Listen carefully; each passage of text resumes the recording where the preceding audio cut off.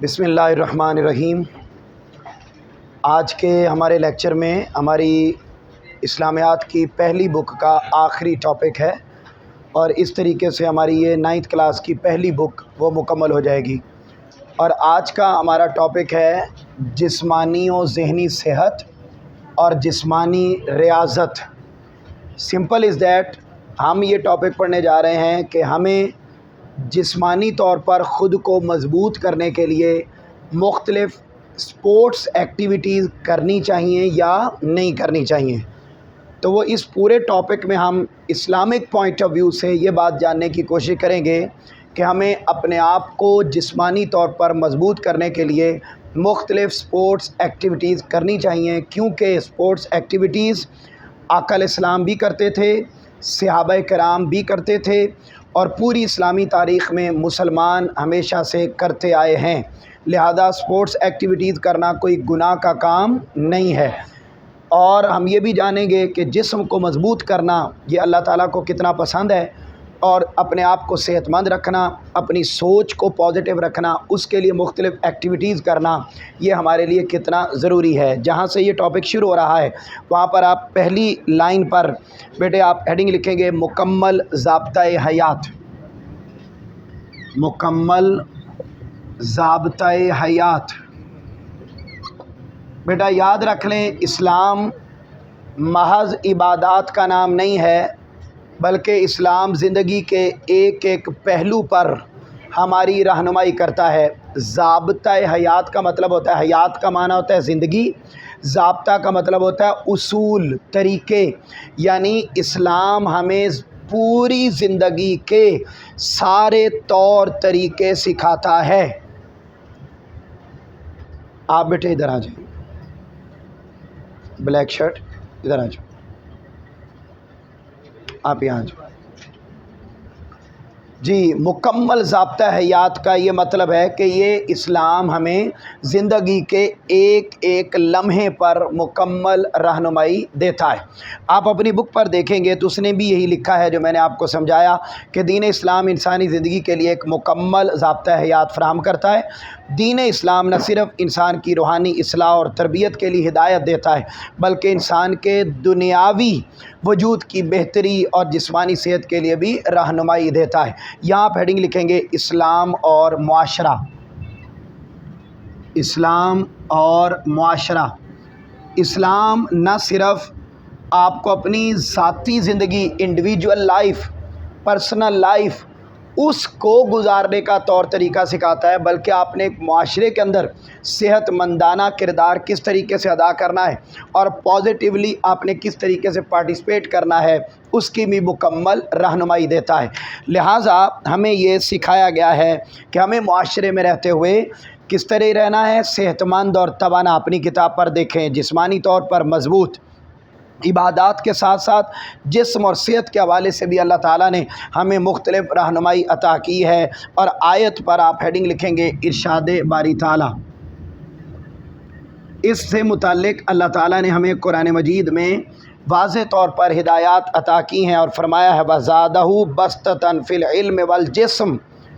اللہ نے اسے علم اور جسم نے وسعت عطا فرمائی، یعنی جو مومن ہوتا ہے اس کی خوبی یہ ہوتی ہے کہ اس کے پاس علم بھی ہوتا ہے اور جسمانی وسعت ہوتی ہے۔ جسمانی وسعت کا کیا مطلب ہے بیٹا؟ جسمانی اور ذہنی صحت، یعنی وہ جسمانی طور پہ مضبوط ہوتا ہے۔ مومن وہ ہوتا ہے جس کے پاس علم ہوتا ہے، مومن وہ ہوتا ہے جو جسمانی طور پہ مضبوط ہوتا ہے۔ تو یہ اللہ تعالیٰ نے ہمیں اس میں سکھایا۔ پھر یہاں لکھیں گے اگلی لائن پر اللہ رب العزت کی نعمت۔ اللہ رب العزت کی نعمت۔ بیٹے یہ صحت مند دماغ، صحت مند جسم یہ اللہ تعالیٰ کا بہت بڑا انعام ہے، اور اللہ تعالیٰ نے اس انعام کی قدر کرنا انسان کا اولین فرض قرار دیا ہے۔ یہاں آپ لکھیں گے فرمان رسول صلی اللہ علیہ وسلم یا ارشاد نبوی صلی اللہ علیہ وآلہ وسلم۔ ارشاد نبوی صلی اللہ علیہ وآلہ وسلم۔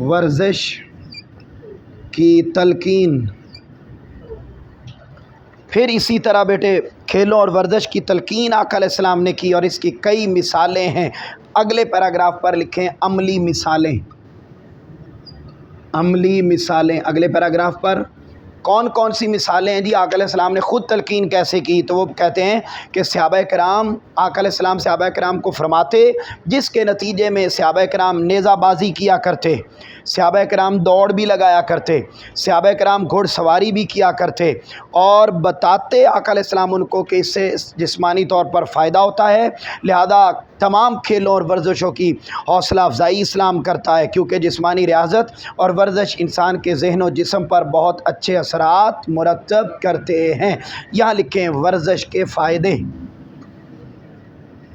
ورزش کے فائدے۔ بیٹا کیا کیا فائدے حاصل ہوتے ہیں ورزش سے؟ تو وہ کہتے ہیں جی ورزش سے انسانی جسم میں بیماریوں کا خطرہ کم ہو جاتا ہے۔ پھر آگے نمبر 2 آپ ہی بولیں بیٹا، ورزش انسانی جسم میں بیماری کے خلاف قوت مدافعت میں اضافہ کرتی۔ نمبر 3 بولیے، ورزش کرنے سے ذہن و دماغ پر نہایت اچھے اثرات مرتب ہوتے ہیں۔ اگلا پوائنٹ، اس کی وجہ سے انسان کے جسم کے پٹھے اور ہڈیاں مضبوط۔ یہاں لکھیں بیٹا جسمانی ریاضت کا مقصد، اللہ تعالیٰ نے اور اسلام نے اور تاجدار کائنات صلی اللہ علیہ وآلہ وسلم نے یہ جو جسمانی ریاضت کا حکم دیا، اس کا مقصد کیا ہے؟ تو بیٹے کیوں یہ سپورٹس ایکٹیویٹیز کرنے کا ہمیں کہا جاتا ہے؟ کیوں کہا گیا کہ ہم اب جسمانی طور پر مضبوط ہوں؟ تو اس کا جواب دیا، کہتے ہیں جی جسمانی ریاضت کا سب سے بڑا فائدہ،